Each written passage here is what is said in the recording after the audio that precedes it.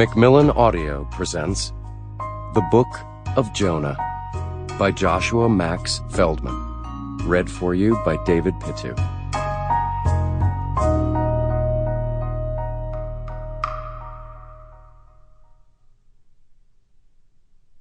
Chapter 1.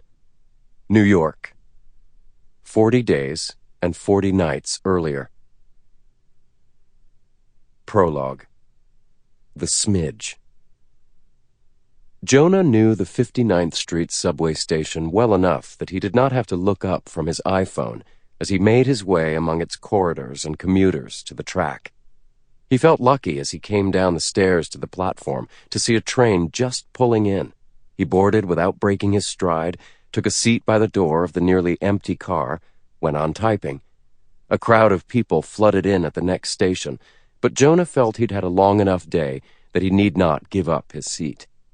But then an older woman, frumpy, blue-haired, with a grandmotherly sweet face and a tiny bell of a nose, ended up standing directly before him, and Jonah decided to do the right thing, and he stood.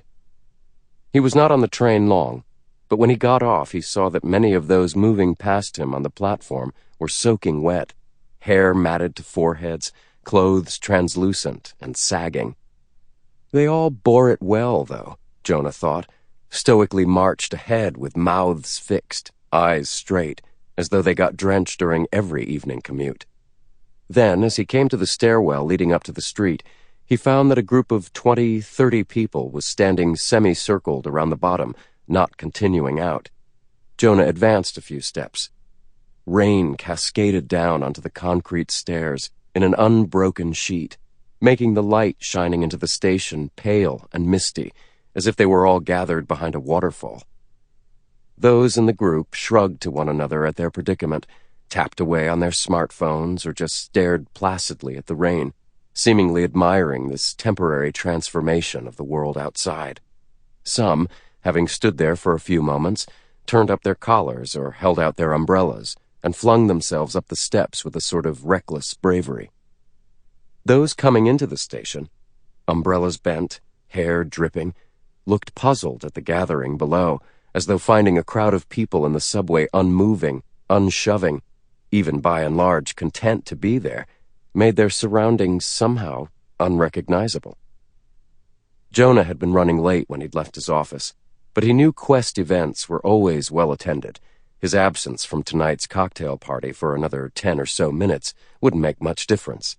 He had time, in other words, to stand there and wait out the rain, too, and he found he was glad for this momentary interruption of his day. He had lived in New York for almost a decade now, and was gratified to find, once again, that it could still surprise him. Jonah Daniel Jacobstein was 32, a lawyer, ambitious, unmarried and dating, never without his iPhone. For all these reasons, his concerns tended to be immediate, tangible, billable. But every now and then such moods of appreciation would wash over him. He would glance out the window of the Q train as it crossed over the Manhattan Bridge and would take in the Chrysler Building, the Empire State Building, the whole of the skyline over the river. He would climb into a taxi on a Friday night with crisp bills from the ATM in his pocket and Sylvia, or Zoe, to meet. He would be drunk at 4 a.m. with a great slice of grease-dripping pizza in his hand, and he would count himself incredibly lucky, as he did now, watching the rain in the subway station, to be who he was, when he was, where he was. But these moods never lasted long, of course, and after a moment he checked his phone again, this having become an almost autonomic response in him, on the order of blinking.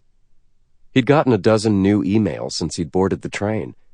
That afternoon, a case he had spent the better part of a year working on had come to a settlement favorable to his clients.